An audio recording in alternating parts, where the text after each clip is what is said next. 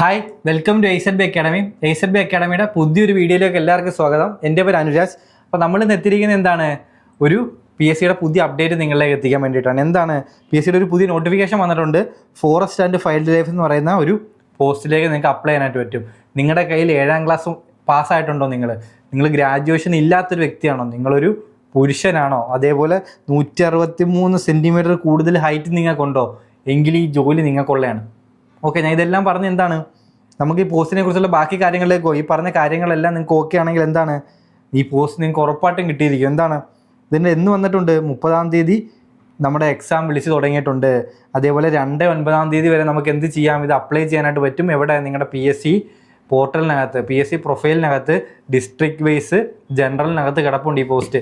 പോയി നിങ്ങൾക്ക് അപ്ലൈ ചെയ്യാൻ പറ്റും, സെർച്ച് ചെയ്ത് നോക്കുക. അപ്പോൾ നമുക്ക് എലിജിബിലിറ്റി ഉണ്ടെങ്കിൽ നമുക്കിത് അപ്ലൈ ചെയ്യാനായിട്ട് പറ്റും. അപ്പോൾ ഇതാണ് ഫോറസ്റ്റ് ആൻഡ് വൈൽഡ് ലൈഫ് ഡിപ്പാർട്ട്മെൻറ്റിൻ്റെ അണ്ടറിൽ വരുന്നതാണ് ഈ എക്സാംസ്. ഏതൊക്കെ കാറ്റഗറിയിലേക്കാണ് വരുന്നത്, മിക്കതും എന്താണ്, വാച്ചർമാൻ എന്ന് പറയുന്ന പോസ്റ്റിലേക്കാണ് നമുക്കിതിലേക്ക് പോസ്റ്റിലേക്കാണ് നമുക്ക് ജോലി വിളിച്ചിട്ടുള്ളത്. നമ്മുടെ സാലറി ഒക്കെ എത്രയാണ്, 23,000 മുതൽ 50,000 വരെ സാലറി ലഭിക്കാവുന്ന ഒരു പോസ്റ്റാണിത്.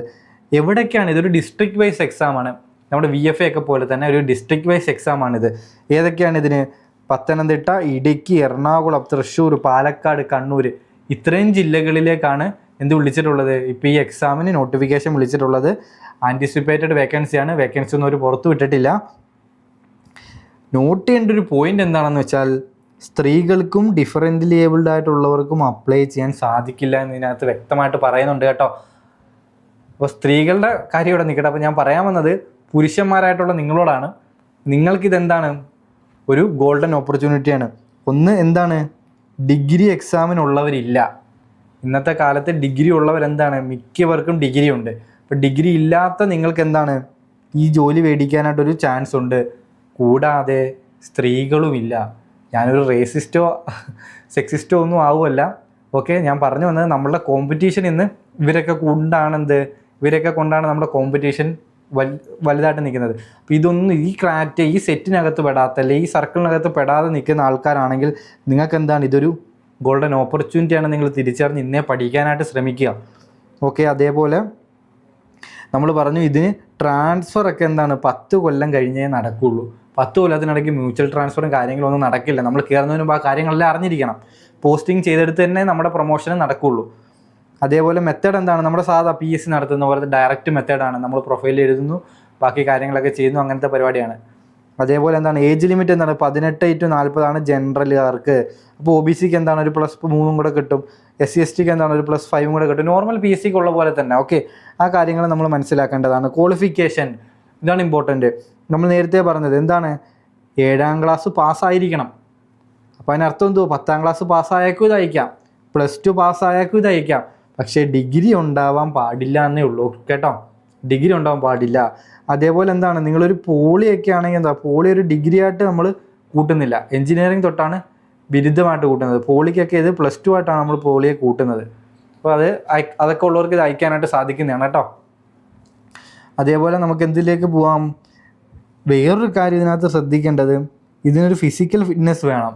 ഉദ്ദേശിക്കുന്നത് എന്താണ്, നമുക്കൊരു ഹൈറ്റ് റിക്വയർമെൻ്റ് ഉണ്ട്, നമുക്കെന്താണ് ഒരു ചെസ്റ്റ് റിക്വയർമെൻ്റ് ഉണ്ട്. എന്താണ് വേണ്ടത്, 163 സെൻറ്റിമീറ്റർ എങ്കിലും ഉയരമുള്ള ആളായിരിക്കണം, ഒരു പുരുഷനായിരിക്കണം. ചെസ്റ്റ് 73 സെൻറ്റിമീറ്റർ എങ്കിലും വീതി ഉണ്ടായിരിക്കണം, 5 സെൻറ്റിമീറ്റർ എക്സ്പാൻഷൻ ഉണ്ടായിരിക്കുന്ന ഒരു വ്യക്തിയായിരിക്കണം.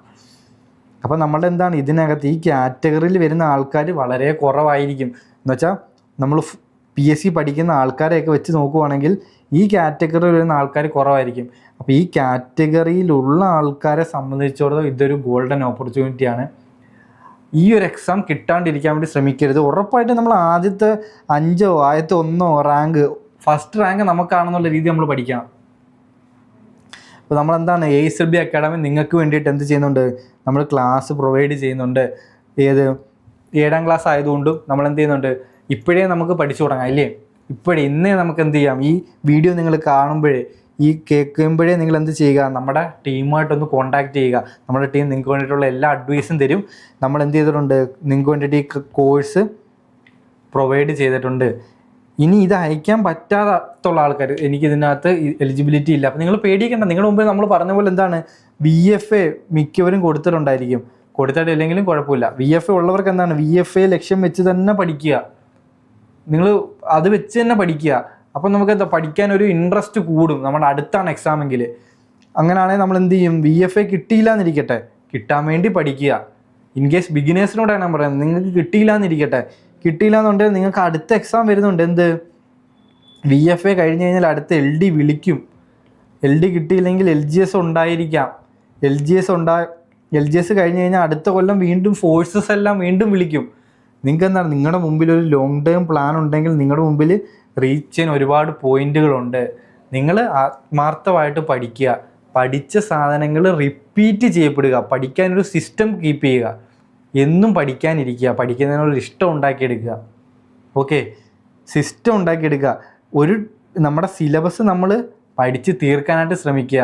അതേപോലെ 100 കണ്ടൻറ്റ് എക്സ്പ്ലോഷൻ ആണല്ലോ ഇന്ന് നടക്കുന്നതെന്ന് വെച്ചാൽ, എല്ലാ ചാനലുകാർക്കും കണ്ടൻറ് ഉണ്ട്. നമ്മളെന്ത് ചെയ്യുക, ഒരു കണ്ടൻറ്റിൽ സ്റ്റിക്ക് ഓൺ ചെയ്യുക. ഇപ്പോൾ ASB എടുക്കുന്ന ആൾ ASBയുടെ കണ്ടൻറ്റിൽ സ്റ്റിക്ക് ഓൺ ചെയ്യുക. റിപ്പീറ്റേഷനിലാണ് കാര്യം. നിങ്ങൾ പഠിച്ച കണ്ടൻറ്റ് എത്ര തവണ പോയി, 6 തവണ ഞാൻ എൻ്റെ സിലബസിലൂടെ കടന്നു പോയോ? ഒരു തവണ കടന്നു പോയത് കൊണ്ട് നിങ്ങൾക്ക് റീച്ച് ചെയ്യാൻ പറ്റില്ല. നമുക്ക് അത്രയ്ക്കുള്ള മെമ്മറി പവറൊന്നും ഇല്ല. നമ്മൾ കണ്ട സാധനം വീണ്ടും നമ്മൾ ഫുൾ സിലബസ് ഒരു 5-6 തവണ റിപ്പീറ്റ് ചെയ്യണം നമ്മൾ അടുത്ത എക്സാം എത്തുമ്പോഴത്തേക്കും. അതേപോലെ മോക്ക് ടെസ്റ്റുകൾ ചെയ്യണം. മോക്ക് ടെസ്റ്റിലെ മിസ്റ്റേക്കുകളിലൂടെ നമ്മൾ പഠിക്കണം.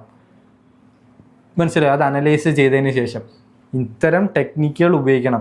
നമ്മുടെ ടീം ഇതിനെല്ലാം നിങ്ങളെ സഹായിക്കും. ഓക്കെ, അങ്ങനെയാണെങ്കിൽ നമുക്ക് അടുത്തൊരു അപ്ഡേറ്റും അടുത്തൊരു കണ്ടൻറ്റുമായിട്ട് വരാം.